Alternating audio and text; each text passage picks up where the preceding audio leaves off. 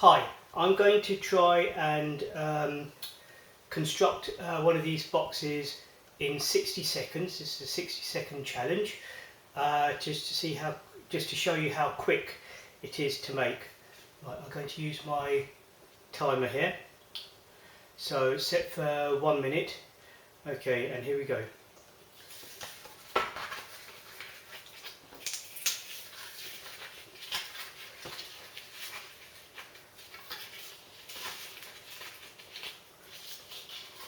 We just hook the end bit together like that,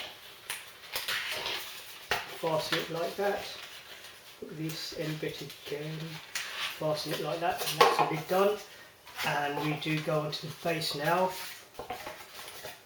Just be careful about doing the bit that's very close together, the two folds that are very close together. And now we shall do the end bit there and the end bit here as well.